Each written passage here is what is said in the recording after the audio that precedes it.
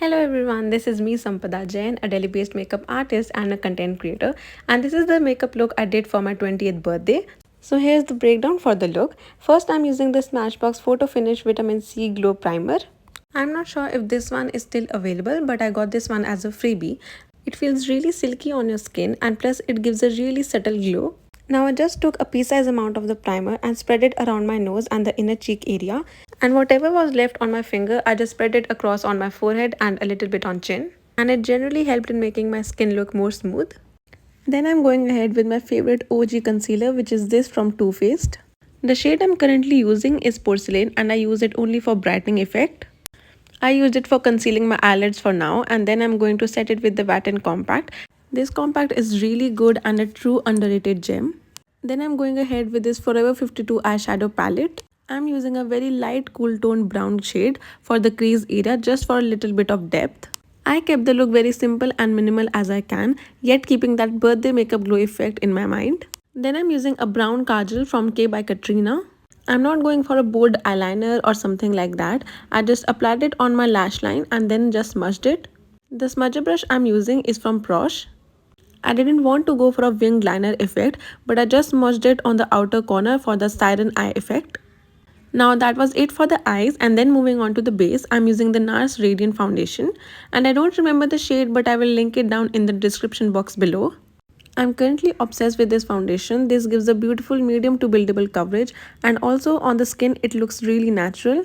It is very comfortable and blends seamlessly into your skin. I didn't go for any color corrector, I just applied a brightening concealer on top of the foundation. This Too Faced concealer gives a beautiful high coverage, and this one suits my oily skin really well. Although being a matte concealer, it is very hydrating, and I just applied it a little bit on forehead, under eyes, around the nose area and a little bit on chin. And I'm blending it with my favorite PAC 273 brush. And for regular use, I use the shade Sand from the same range. Even a little bit of this concealer goes a long way, and this also doesn't crease much. Then I'm just going to blend everything with a makeup sponge before I set my base. And for that I'm using a beauty blender from Prosh. Now I didn't go for any extra foundation on my neck, I just used the sponge and drag it across. Before setting my face with the loose powder, I remembered that I have to use a liquid blush.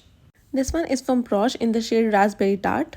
It is a very lightweight and buildable blush. This one has a gorgeous coral color and it generally spreads like butter on your skin. Also the packaging is really adorable. Also it comes in 4 shades and all of them are really good. Now moving forward, I'm not going to go for any contour. I'm just using a bronzer to add the warmth on my skin. And for that I'm using this Rimmel bronzer in the shade 003. I applied this below cheeks, on the jawline area and a little bit on nose. I skipped for the forehead part because I already have a small forehead. Now to set my blush, I'm using this Oddbow blush. I don't think so it's available in India. I got it from Phuket and I really wished I bought more of these because are generally so good. And here's a reminder to always match your powder blush with the liquid blush shade. Now I didn't apply any liquid blush on my nose and chin, but I'm just going to use a powder blush on these areas. I used to use pink shade so much, but now I'm shifting towards more into coral and peach tones. At this point, I guess you all know what product I'm going to use for my brows.